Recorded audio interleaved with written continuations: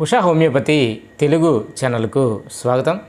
ఈరోజు ఈ వీడియో సెషన్లో చాలా రోజుల నుంచి జగన్మోహన్ రెడ్డి గారు సత్తెనపల్లి నుంచి రిక్వెస్ట్ చేస్తున్నారండి. మంకీ పాక్స్ మీద దానికి సంబంధించి హోమియోపతికి సంబంధించినటువంటి ట్రీట్మెంట్ ఏ విధంగా ఉంటుంది, మంకీ పాక్స్ని హోమియోపతిలో ఏ విధంగా ప్రివెంట్ చేయవచ్చు అనే దాని మీద ఒక వీడియో చేయమని చాలా రోజుల నుంచి రిక్వెస్ట్ చేస్తున్నారు. అందుకని ఈరోజు ఈ వీడియో సెషన్లో ఈ మంకీ పాక్స్ అంటే ఏంటి, మరి దాన్ని హోమియోపతి మెడిసిన్ ద్వారా మరి ఏ విధంగా ప్రివెంట్ చేయవచ్చు అనేటువంటి విషయాన్ని ఈ వీడియో సెషన్లో చర్చిద్దామండి.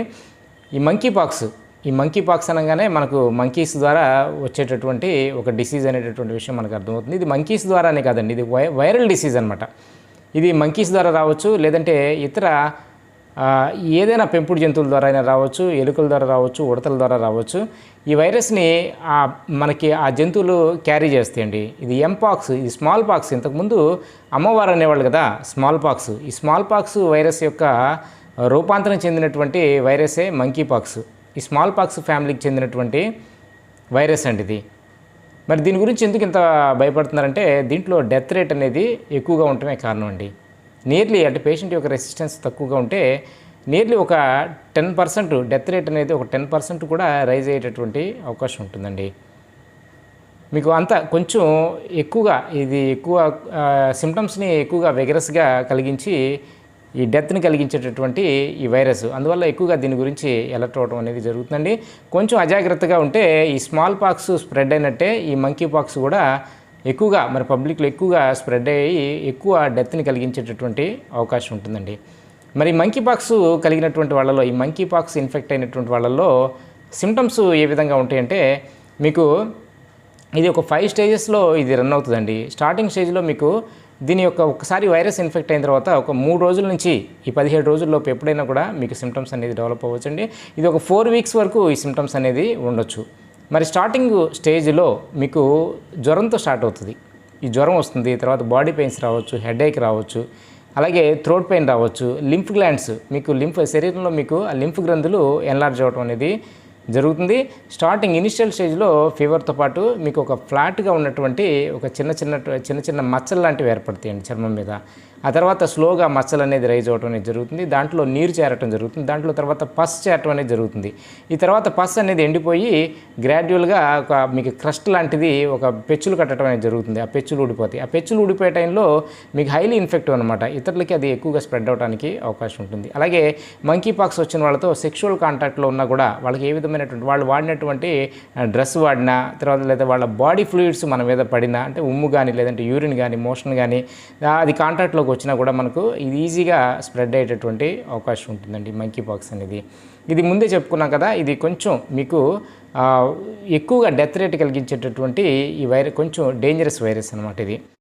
జనరల్గా ఈ మంకీ పాక్స్ కేసులు రోగనిరోధక శక్తి ఎవరిలో అయితే ఎక్కువగా ఉంటుందో వాళ్ళలో ఒక 4 వీక్స్ ఆ డిసీజ్ రన్ అయ్యి వైరస్ దాని కోర్స్ రన్ చేసుకొని వెళ్ళిపోతుందండి. ఎక్కువగా డ్యామేజ్ అనేది జరగదు. ఎక్కువ జస్ట్ మీకు ఫీవర్ వచ్చి లిటిల్ ర్యాష్ వచ్చి మీకు తగ్గిపోవడం అనేది జరుగుతుంది. అలా కాకుండా ఎవరిలో అయితే రోగనిరోధక శక్తి తక్కువగా ఉంటుందో, జనరల్గా హెచ్ఐవి ఉన్నా, లేదంటే ఇంతకుముందు ఏదైనా ఇమ్యూనోసప్రెసర్స్ వాడుతూ ఉన్నా, లేదంటే మీకు సహజంగానే వాళ్ళలో రోగనిరోధక శక్తి తక్కువగా ఉందనుకోండి, ఏజ్ ప్రభావం, లేదంటే చిన్నపిల్లలైనా కూడా, అలాంటి వాళ్ళలో మీకు ఏమవుతుందంటే మీకు లైఫ్ స్టైల్ సరిగ్గా లేకపోయినా, నిద్ర సరిగ్గా లేకుండా, ఆహారం సరిగ్గా తీసుకోకుండా, ఎక్కువ స్ట్రెస్ లెవెల్స్ ఎక్కువగా ఉన్నటువంటి పరిస్థితి నుండి రోగనిరోధక శక్తి తక్కువగా ఉందనుకోండి, అలాంటి వాళ్ళలో ఈ మల్టీ ఆర్గన్స్ ఫెయిల్ అయ్యేటటువంటి అవకాశం ఉంటుందండి. మీకు బ్రెయిన్ ఇన్ఫ్లమేషన్కి గురవ్వచ్చు, లేదంటే హార్ట్ ఇన్ఫ్లమేషన్కి గురవ్వచ్చు, లేదంటే లంగ్స్ న్యూమోనియా డెవలప్ అవ్వచ్చు.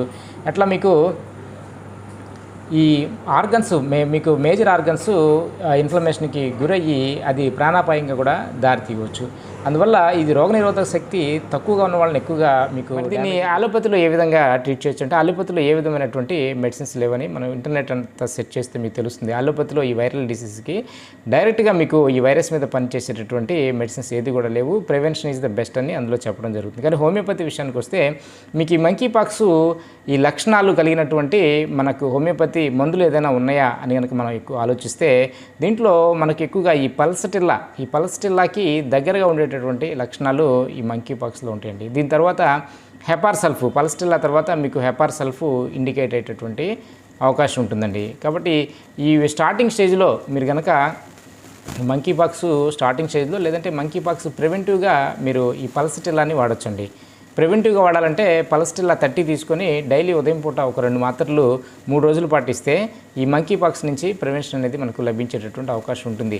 అయితే ఇది ఇంకా మనకి ఇంకా సిమ్టమ్స్ అనేది ఇంకా వెగరస్గా రాలేదు కాబట్టి ఇంకా మనం ఈ ప్రివెన్షన్ అనేది మనం 100% పల్స్టిల్లాతో మనం ప్రివెంట్ చేయగలం అనేది కొన్ని కేసులు మనం ఎక్స్పెరిమెంట్ చేసి చూడాలండి.